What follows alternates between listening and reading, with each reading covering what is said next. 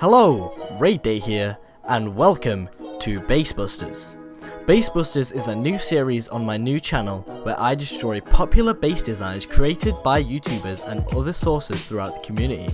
The aim of BaseBusters is to find out how many rockets and C4 it takes to successfully raid a base. We look at all the possible ways of raiding such base, for example, the doors, the walls, the roofs / the floors, and we will look at each way we can access the loot. I will avoid destroying doors that lead to the same place, as for this is to find out the least amount of explosives it takes. When I look at how many walls it takes to destroy the base, I may then choose a door instead of the walls, as this might be the cheaper option to access the loot inside. Am I making sense? I think you understand. Okay, so now I'm done explaining, let's get into the good stuff. The first base we're looking at today is called the Fishhook base, and it was created by Snow.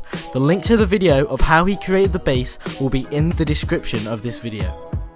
In Snow's video, he used sheet metal instead of heavy metal doors, but I'm going to use the heavy metal doors instead because I kind of want to get a worst case scenario raid kind of going on here. Also, he didn't finish the top floor, he kind of just said, then just build up and finish it. Kind of left us with you know what to do. So I've kind of just made a second floor and left it at that. You could create a third floor and then that would add extra security and more space for loot, and that would add more rockets, but I'm just trying to keep it as close to his design as possible. You'll also notice that I haven't added everything inside that he had in his video, but I only want to keep the walls the same. The base design will be the same, everything inside may not be exactly the same, but I've kind of just put a few boxes down to represent the loot and where it could be. I'm hoping I'm making sense. I'm sorry if I'm not. Let's get straight into this. First off, you're going to need 2 C4. I think I only placed 1 here because I was testing to see how many it was. I was just checking. I'm still quite new to Rust, so I just wanted to see how many it was. It's definitely 2. Yeah, here we go. So 2 for the first door, and once this is exploded, you will be greeted with 2 more doors. They both lead to the same place, so I only went with 1.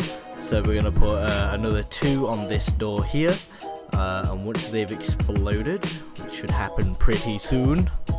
There we go, they've exploded. Once you're in, you'll be greeted with a double door. Again, that is 2 more C4. So 1, and here goes another. Now this is exploded, you'll be greeted with, once again, another door. So that's another 2. Now I'm only destroying the doors that lead to the loot rooms. I'm not destroying the doors that goes all the way back around. I'm only destroying necessary doors, as this is given a worst case. They use the least amount that they have to get in your base scenario. So again, here's another door. So this is another 2 C4. And again, here's another double door. This is the last door to get into the bottom loot room, so you'll require 2 more C4. Now this is exploded, you'll now have access to the bottom room, so all the loot and all the chests will be in here. It's not the same as Snow's design. I've just made it as quick as possible, so I just put a few boxes in here to represent the loot sort of thing. You know what I mean. So you're going to need 1 more C4 to get up the ladder hatch. They should have a ladder hatch because that's what Snow did in his design. So it will be 1 C4 for that, or 2 rockets to access this. So once that's popped up, you will need a friend to boost you up onto that level. I don't think there's a way getting up there unless they placed something there that you could boost upon. Then you would need 2 people. But once you're here, you will have access to another loot room. This is if they have loot there. They may not have loot in all of these rooms, but this is just, I'm showing you, the worst case scenario. They have loot in every room and you want to raid it all sort of thing. But then again, here's another double door. So this is 2 more C4, and then you're in the final room, and you now have access to the base. Okay, so in total, to access the base going through the doors, it will take you 15 C4 or 30 rockets, And if you also want access to the furnace room, it will cost you an extra 2 C4 or 4 rockets. Okay, so next up we're going to look at how many rockets or C4 it would take to raid the base from the side. So this is from the side wall. We're not going in from the furnace side, we're going from the loot room side. So as I said, this is worst case scenario. The worst case scenario is they use the least amount of resources possible. So we're going to test that now. So this is from the side. Alright, let's kick things off. You need to use 4 rockets on the first wall, and that will get access to the first part of the honeycomb on the base. Now, you'll come to find that the honeycombing isn't as good as it looks, and I'm going to show you in a bit the downfall of this base. But next you're going to need to shoot the next wall. Ignore my terrible honeycombing. Obviously if you found a wall that wasn't the stone side, you'd hit it with pickaxes. But here we go again, shoot that wall down. You're going to reach the double wall. Once you've killed the double wall, you're going to have to shoot that double wall out, and then you'll have access to the base. Remember, each wall takes 4 rockets.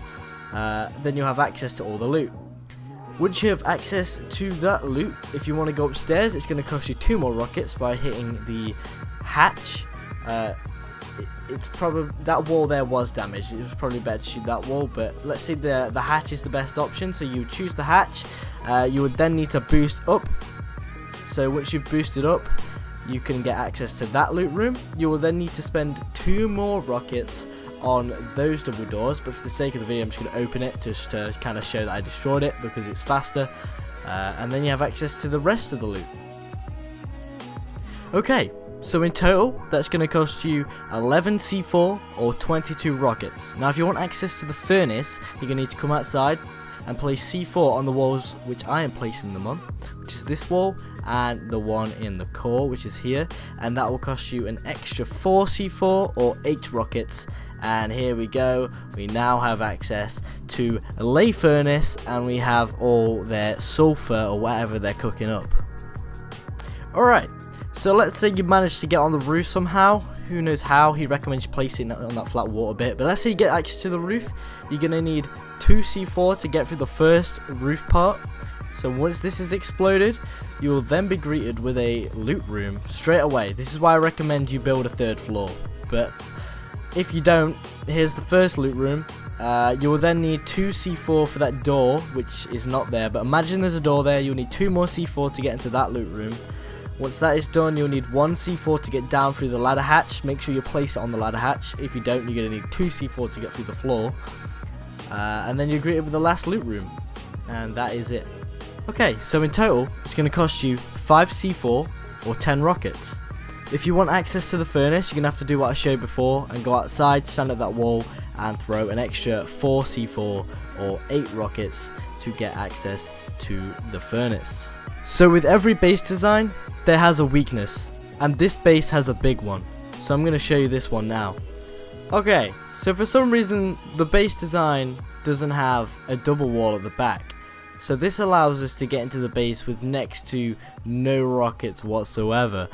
Now it is any sort of rocket in vanilla is a lot of rockets, but if you were to build this on a modded server, you would stand no chance, because all this requires is 4 rockets to this wall.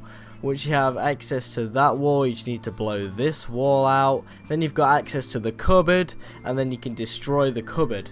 Now once you've destroyed the cupboard, you're then able to get access to those walls there. Now those walls there are the other way round, obviously, so when you're inside the base you can't hit through and get the cupboard, but because you hit it from this angle, you can now mine all the way through.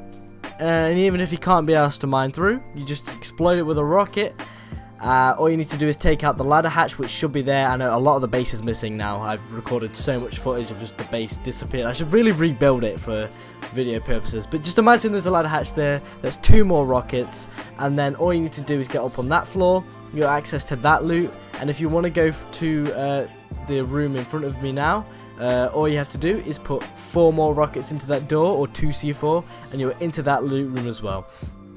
So entering the base from the backside will cost you 6 C4 or 12 rockets, and if you want access to the furnace room, again go back to the area I showed before, and it's going to cost you 4 C4 and 8 rockets to get through those walls. So to fix the issue of getting raided, you just need to place foundations like I have here. You then need to fill it with walls all the way to the top. Make sure you put on the roofs, and then they shouldn't be able to hit you as easy from the back side of the base. Also, when you're building this base, I recommend you add a 3rd floor, as I've said before, and also I do the multiple cupboards. I don't know if it's a glitch or it's meant to happen, but it's where you destroy the cupboard on the bottom floor, and then you place one on the top floor, and then place the one on the bottom floor back, and yeah, then you've got a pretty secure base. So in conclusion, the best place to hit the base from is the roof, but if you're smart, you would add a 3rd floor, and then that would add more rockets to the whole roof process. And if you add a 3rd floor, the likeliness of landing on the roof is even slimmer. So the roof is pretty much outruled at this point. The best place to hit it is the back side of the base. I want to thank everybody for watching this video. If you enjoyed it, drop a like, although it isn't necessary, but if you do, it's pretty awesome. And leave a comment, because I'm going to be hopefully making more of these videos. So leave a comment to say what you like about the videos and what you may want me to change about them. So yeah, thank you for watching, and good night.